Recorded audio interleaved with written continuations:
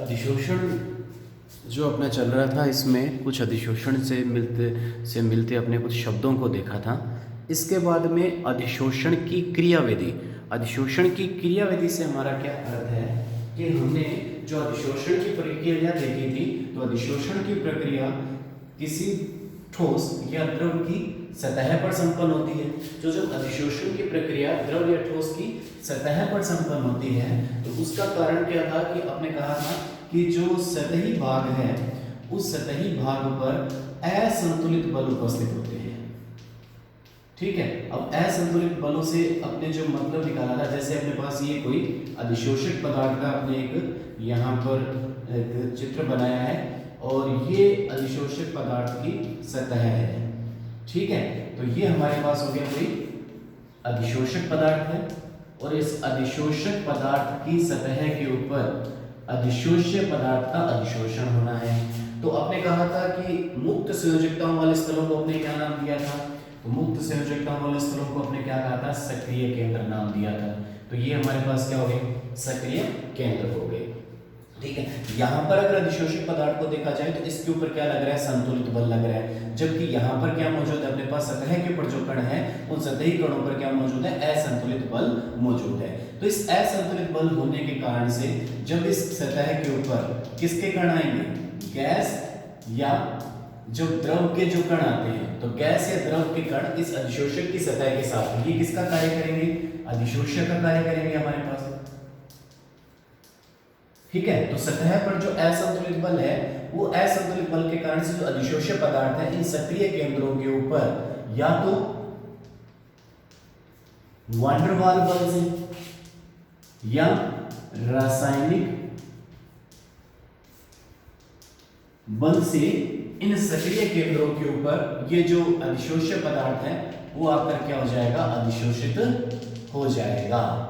ठीक है, तो किसके द्वारा जुड़े ये अधिशोष्य पदार्थ? अधिशोषक के साथ वान डेर वाल बल से भी जुड़ सकते हैं या रासायनिक बंधों के द्वारा भी जुड़ सकते हैं। हुआ क्यों? क्योंकि यहाँ पर क्या मौजूद था? आपने कहा था कि जो सतह पर जो कण है, उन सतहों पर उपस्थित कणों पर क्या मौजूद है? असंतुलित बल है। ठीक है, मतलब यहाँ पर तो संतुलन में है, ये कण है वो संतुलन के अंदर है, चारों तरफ से समान आकर्षण है, प्रतिकर्षण बल लग रहे हैं, जबकि सतह पर जो मौजूद है इनके ऊपर समान आकर्षण बल नहीं लग रहा। तो ये क्या करेगा? इसके ऊपर पृष्ठ तनाव मौजूद है, अपने ऊपर जो मौजूद असंतुलित बल है, इसको क्या करना चाहता है? ये संतुलित करना चाहता है। संतुलित किसके प्रकार करेगा? जब इसके सतह के नजदीक कोई दूसरे कण आएंगे, और दूसरे कणों को अपनी तरफ वो क्या करेगा? आकर्षित करेगा, और इस आकर्षण से वो इन कणों को अपने साथ बांध लेगा। ठीक है, और वो बांधेगा किस प्रकार से? तो बांधने के लिए उसको बल चाहिए, तो वो बल किस प्रकार का मिलेगा? इसको वान डेर वाल बल मिल जाएगा या इसको रासायनिक बंध मिल जाएगा।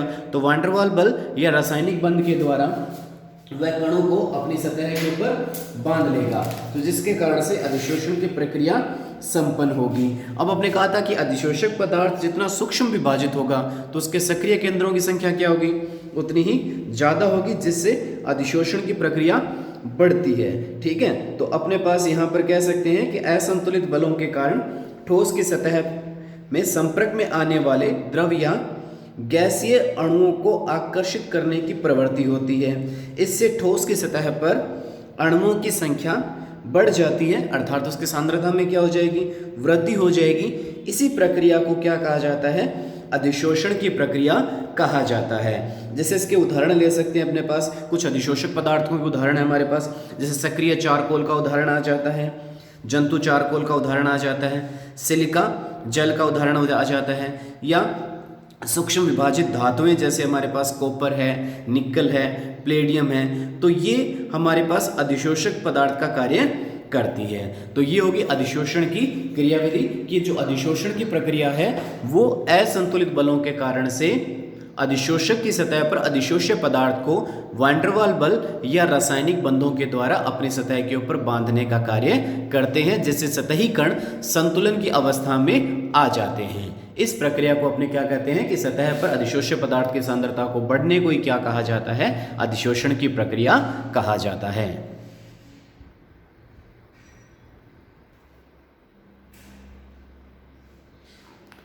अब जो अगला जो टॉपिक है वो है हमारे पास विशोषण विशोषण क्या होता है, तो अपने यहाँ पर एक जो आता है कि जो अधिशोषण की जो प्रक्रिया है, अधिशोषण एक उत्क्रमणीय प्रक्रिया है। ठीक है, उत्क्रमणीय प्रक्रिया से क्या अर्थ है कि जो अधिशोष्य के कण अधिशोष्य की सतह पर आप कण चिपके थे, ये जैसे अपने पास कण किसके हैं, अधिशोष्य के कण हैं। ठीक है, किसकी सतह पर आकर चिपके थे, अधिशोषण की सतह के ऊपर आकर्षित हुए थे, किसके द्वारा, रासायनिक बल या वान डेर वाल बलों के द्वारा इसकी सतह पर आकर्षित हुए थे और असंतुलित बलों को इन्होंने क्या किया था, संतुलित किया था। तो विशोषण में क्या होता है कि अपने का अधिशोषण एक उत्क्रमणीय प्रक्रिया का अर्थ क्या हो गया कि अधिशोषक के कण अधिशोषक की सतह के ऊपर सांद्रता को बढ़ा देते हैं। ठीक है, अब अपने का उत्क्रमणीय का मतलब क्या हो जाएगा, अर्थात ये अणु या कण जो ठोस की सतह पर अधिशोषित होते हैं उनकी प्रवृत्ति वापस बाहर निकलने की भी होती है। ठीक है, कि जो कण इसकी सतह पर आकर्षित हुए थे वो कण वापस इसकी सतह से क्या होना चाहते हैं, दूर हटना भी चाहते हैं, वापस निकलना भी चाहते हैं। तो वापस निकलना अर्थात अधिशोषण का क्या हो गया, उत्क्रमणीय हो गया। तो अधिशोषण के उत्क्रमणीय प्रक्रम को क्या कहा जाता है, विशोषण कहा जाता है। तो विशोषण क्या हुआ, जिसमें अपने कह सकते हैं कि अधिशोषण की जो विपरीत प्रक्रिया है, अधिशोषण की विपरीत प्रक्रिया को विशोषण कहा जाता है। अधिशोषण की विपरीत प्रक्रिया को क्या कहा जाएगा, विशोषण कहा जाएगा। अधिशोषण में क्या हुआ कि जो अधिशोषक के जो कण हैं, अधिशोषक की सतह पर वान डेर वाल बलों या रासायनिक बलों के द्वारा उसके साथ आकर्षित हुए थे। तो विशोषण में क्या होगा कि अधिशोषक की सतह से दूर हटना शुरू हो जाते हैं। इस प्रक्रिया को क्या कहते हैं, अपने विशोषण कहते हैं। वैसे तो जो विशोषण की प्रक्रिया है वो एक स्वतः प्रक्रिया है। ठीक है, विशोषण कैसी परिघटना है, तो अपने कह सकते हैं विशोषण एक स्वतः प्रक्रिया है, स्वतः ही होती है। ठीक है, लेकिन अपने कह सकते हैं कि ताप को अगर बढ़ाया जाए तो ताप बढ़ाने पर विशोषण की दर बढ़ती है। ठीक है, हमने कहा कि विशोषण की प्रक्रिया कैसी है, एक स्वतः परिघटना है, लेकिन ताप बढ़ाने पर विशोषण की दर बढ़ती है। ऐसा क्यों हुआ, क्योंकि जैसे ही ताप बढ़ेगा तो ताप बढ़ने से अधिशोषक व अधिशोषक के मध्य जो रासायनिक या जो वान डेर वाल बल थे वो दुर्बल हो जाएंगे, और दुर्बल होने के कारण से वो ताप बढ़ने पर क्या हो जाएंगे, टूटना प्रारंभ हो जाएंगे। और जैसे वो रासायनिक या जो वान डेर वाल बल हैं ताप बढ़ने से टूटेंगे तो अधिशोष्य पदार्थ अधिशोषक की सतह से तेजी से दूर हटना शुरू हो जाएगा। तो इस प्रक्रिया को अपने क्या कहा जाता है, विशोषण कहा जाता है। और ताप बढ़ने से अपने कह सकते हैं विशोषण की दर बढ़ती है, लेकिन सामान्य प्रक्रिया अगर पूछी जाए तो अधिशोषण की प्रक्रिया, विशोषण की प्रक्रिया एक स्वतः प्रक्रिया के अंतर्गत भी आती है।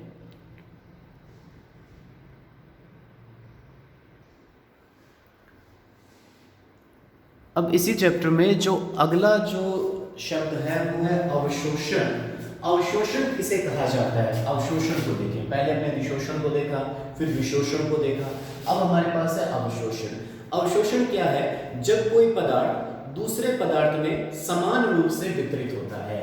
ठीक है, तो अपने कह सकते हैं एक पदार्थ का दूसरे पदार्थ में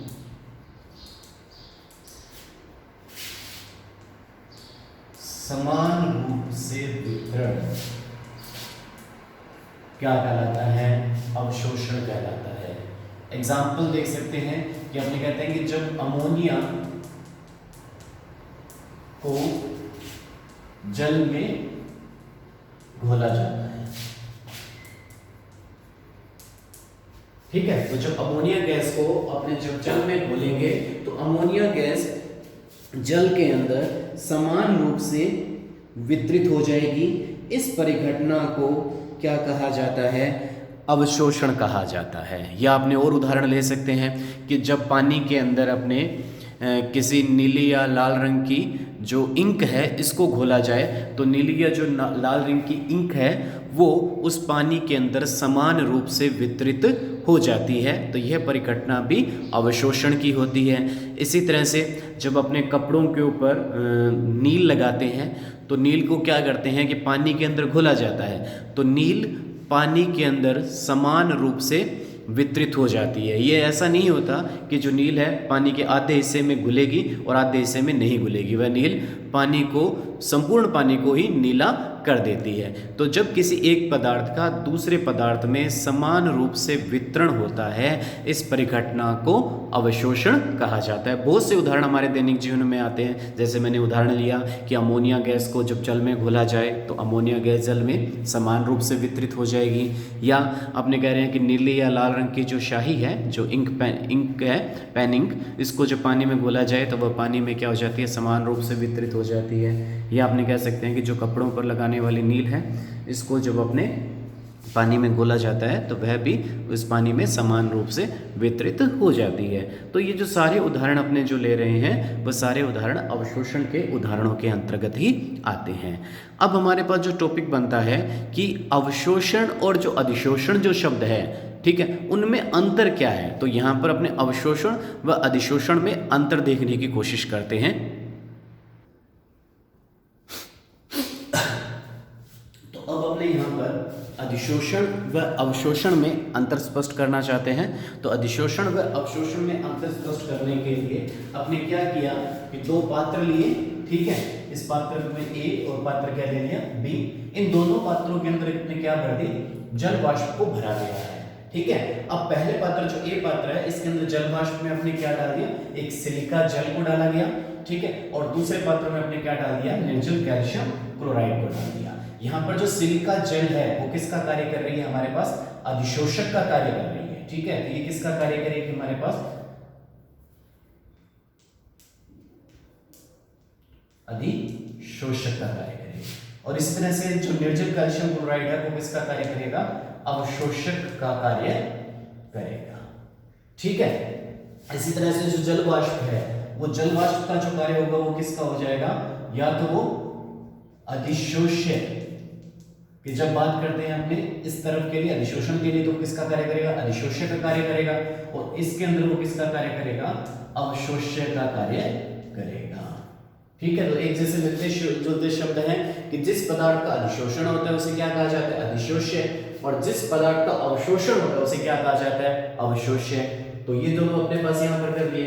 तो अपने देखा गया कि जो सिलिका जल है, उस सिलिका जल में जो जल वाष्प को जो लिया गया था, वो जल वाष्प इस सिलिका जल की सतह पर रहता है, सतह पर ही आकर्षित होता है। मतलब जो जल वाष्प की जो सांद्रता है वो इस सिलिका जल के स्थूल भाग, ये जो भाग हमारे पास कौन सा है, स्थूल भाग, स्थूल भाग की तुलना पर सतही भाग में जल वाष्प की सांद्रता क्या है, ज्यादा है। तो अपने कहते हैं कि जब स्थूल भाग की तुलना में सतही भाग पर अधिशोष्य पदार्थ की जब सांद्रता या किसी पदार्थ की सांद्रता ज्यादा होती है उसे क्या कहा जाता है, अधिशोषण कहा जाता है। लेकिन दूसरी तरफ अपने देखा जाए तो यहाँ पर क्या हुआ कि जो निर्जल कैल्शियम क्लोराइड है इसको जब अपने जल वाष्प के अंदर लिया गया तो जल वाष्प इस निर्जल कैल्शियम क्लोराइड के स्थूल भाग व सतही भाग दोनों पर क्या हो रही है, यहाँ पर अपने चित्र में दिखाया जा रहा है, समान रूप से वितरित हो रही है, ठीक है। कि जल वाष्प का जो वितरण है अवशोषण की परिघटना में क्या हुआ, निर्जल कैल्शियम क्लोराइड में जल वाष्प निर्जल कैल्शियम क्लोराइड के स्थूल भाग में भी है और उसके सतही भाग में भी है, अर्थात जल वाष्प का समान रूप से वितरण हो रहा है। तो जब निर्जल कैल्शियम क्लोराइड में जल वाष्प का समान रूप से वितरण हो रहा है तो इस परिघटना को अपने क्या नाम दे दिया गया, अवशोषण का नाम दे दिया गया। और दूसरी तरफ क्या हो रहा है कि सिलिका जल पर जल वाष्प का स्थूल भाग की तुलना में सतही भाग पर वितरण क्या है, अधिक है। इस परिघटना को अपने क्या नाम दे दिया गया, अधिशोषण का नाम दे दिया गया, ठीक है। तो समझ में आ गया अपने पास, जैसे अपने किसी चौक को अगर पानी में डालते हैं तो पानी चौक की सतह और उसके स्थूल भाग में समान रूप से वितरित होता है, इसलिए अपने इसको कहा जा सकता है कि यह परिघटना किसकी हो गई, अवशोषण की परिघटना हो गई। तो अब अपने यहाँ पर अधिशोषण व अवशोषण में अंतर देखते हैं और अंतर देखे रहे हैं। तो यहाँ पर अपने चित्र के द्वारा अधिशोषण व अवशोषण की परिघटना को अपने यहाँ पर स्पष्ट करने की कोशिश की गई कि अधिशोषण क्या है वह अवशोषण क्या है। तो अब अपने यहाँ पर अधिशोषण व अवशोषण में अंतर देखते हैं। तो अधिशोषण में क्या हुआ, किसी पदार्थ का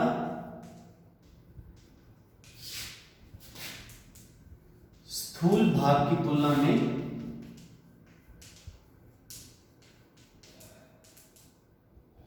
सतह पर अधिक सांद्रण, ठीक है, तो इस परिघटना को क्या कहा जाता है, अधिशोषण। और अवशोषण में क्या हुआ, किसी पदार्थ का सतह व स्थूल पर समान वितरण, ठीक है। तो जब सतह और स्थूल पर जब समान वितरण होगा तो इस परिघटना को क्या नाम दे दिया जाएगा, अवशोषण नाम दे दिया जाएगा, ठीक है। तो अब अपने पास जो अधिशोषण की बात करें तो अधिशोषण कैसी परिघटना हुई, तो हमने कहा अधिशोषण कैसी परिघटना है, तो हमने कहा कि अधिशोषण एक पृष्ठीय परिघटना है। जबकि अवशोषण की बात करें तो अवशोषण कैसी प्रक्रिया है, एक अपने यहाँ पर नाम दे सकते हैं कि यह एक स्थूल प्रक्रिया है। स्थूल प्रक्रिया का मतलब क्या हो गया कि यह सतह और स्थूल पर क्या होती है, समान रूप से वितरित होती है, ठीक है। अब अपने पास बात कर सकते हैं कि जो अवशोषण, अगला जो पॉइंट करते हैं कि आपने कहा कि जैसे जैसे अधिशोषण होता रहता है, जैसे ये सतह है तो इस सतह पर जैसे जैसे अधिशोषण होगा तो अधिशोषण होने से क्या होगा कि जो पृष्ठीय भाग है उस पृष्ठ की जो सक्रिय केंद्र है उन सक्रिय केंद्रों की संख्या में क्या आ जाएगी, कमी आ जाएगी। तो जब सक्रिय केंद्रों की संख्या में कमी आ जाएगी तो ये कहा जा सकता है कि अधिशोषण की जो प्रारंभिक दर है वो क्या होती है, तीव्र होती है, लेकिन बाद में रिक्त पृष्ठ नहीं होने के कारण इसकी प्रक्रिया क्या होती रहती है, धीमी हो जाती है। तो हमने कहा कि जो अधिशोषण की प्रारंभिक दर तीव्र होती है लेकिन सक्रिय केंद्रों की कमी से इसकी दर क्या होती रहती है, कमी से दर घटती है, ठीक है। तो अधिशोषण में आपने कहा कि अधिशोषण की प्रारंभिक दर तीव्र होती है लेकिन जैसे जैसे अधिशोषण होगा तो अधिशोषण होने से सक्रिय केंद्रों में कमी आ जाएगी जिससे अधिशोषण की दर क्या हो जाती है, घटना प्रारंभ हो जाती है। तो अपने कह सकते हैं कि अधिशोषण एक समान गति से नहीं होता, जबकि जो अवशोषण है वो कैसा होता है, समान गति से होता है, ठीक है। तो अवशोषण की जो प्रक्रिया है वो कैसी होती है, समान गति से संपन्न होती है, जबकि अधिशोषण की घटना असमान गति से होती है। प्रारंभ में अधिशोषण की दर तीव्र होती है लेकिन समय के साथ अधिशोषण की दर घटना प्रारंभ हो जाती है, ठीक है। तो ये अपने पास अधिशोषण व अवशोषण में अंतर आ गए। अब इसके बाद में अपने नेक्स्ट टॉपिक देखते हैं इसके अंदर। अब जब नेक्स्ट टॉपिक है वो हमारे पास शोषण है। शोषण का क्या अर्थ है कि जब एक ऐसी परिस्थितियां भी आती है कई बार जिसमें अधिशोषण व अवशोषण दोनों एक साथ होते हैं। तो शोषण क्या होता है, अधिशोषण व अवशोषण का एक साथ होना,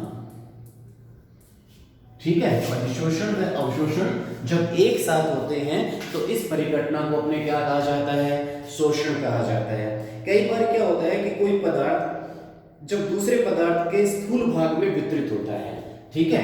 क्या होता है कई बार कि कोई पदार्थ जब किसी दूसरे पदार्थ के क्या होता है, स्थूल भाग में वितरित होता है तो उस वितरण के समय ही उसके पृष्ठ पर जो वितरित हो रहा है उसकी सांद्रता स्थूल भाग की तुलना में क्या हो जाती है, बढ़ जाती है, ठीक है। क्या होता है शोषण में कि जब एक पदार्थ का दूसरे पदार्थ पर स्थूल भाग में जब वितरण को दिखाया जा रहा है उसी समय क्या हो जाता है कि सतह पर या पृष्ठ पर स्थूल भाग की तुलना में पृष्ठ भाग में उस अधिशोष्य पदार्थ की सांद्रता बढ़ना प्रारंभ हो जाती है, जिससे क्या होता है, शोषण की परिघटना संपन्न होती है। हालांकि अपने इस समय अवशोषण व अधिशोषण को विभेद करना हमारे लिए संभव नहीं हो पाता है, लेकिन कुछ धातुएं जो है जो क्या होता है कि जब रंग तंतुओं पर, जब अपने यहाँ पर देखा जाए तो रंग तंतुओं पर अपने जब इस प्रक्रिया को देखा जाए तो वो क्या होती है, समान रूप से वितरित होती है। जैसे अपने यहाँ पर उदाहरण ले सकते हैं कि जब किसी इंक का जो जलीय विलयन लिया जाए, उस इंक के जलीय विलयन के अंदर जब चोक को डुबाया जाता है तो चोक के अंदर शोषण की प्रघटना होती है, अर्थात जलवाष्प स्थूल भाग में चला जाता है और जो रंग के जो कण हैं वो उसकी सतह पर आकर चिपक जाते हैं। तो स्थूल भाग की तुलना में स्थायी भाग पर जो रंगों की संख्या है, जो रंग के जो कारक हैं उनकी संख्या में क्या हो जाती है, वृद्धि हो जाती है। तो ये प्रक्रिया क्या होगी, हमारे पास शोषण की प्रक्रिया का उदाहरण आता है। ठीक है, तो ये हमारे पास शोषण की प्रक्रिया का उदाहरण आ गया कि शोषण किसे कहा जाता है।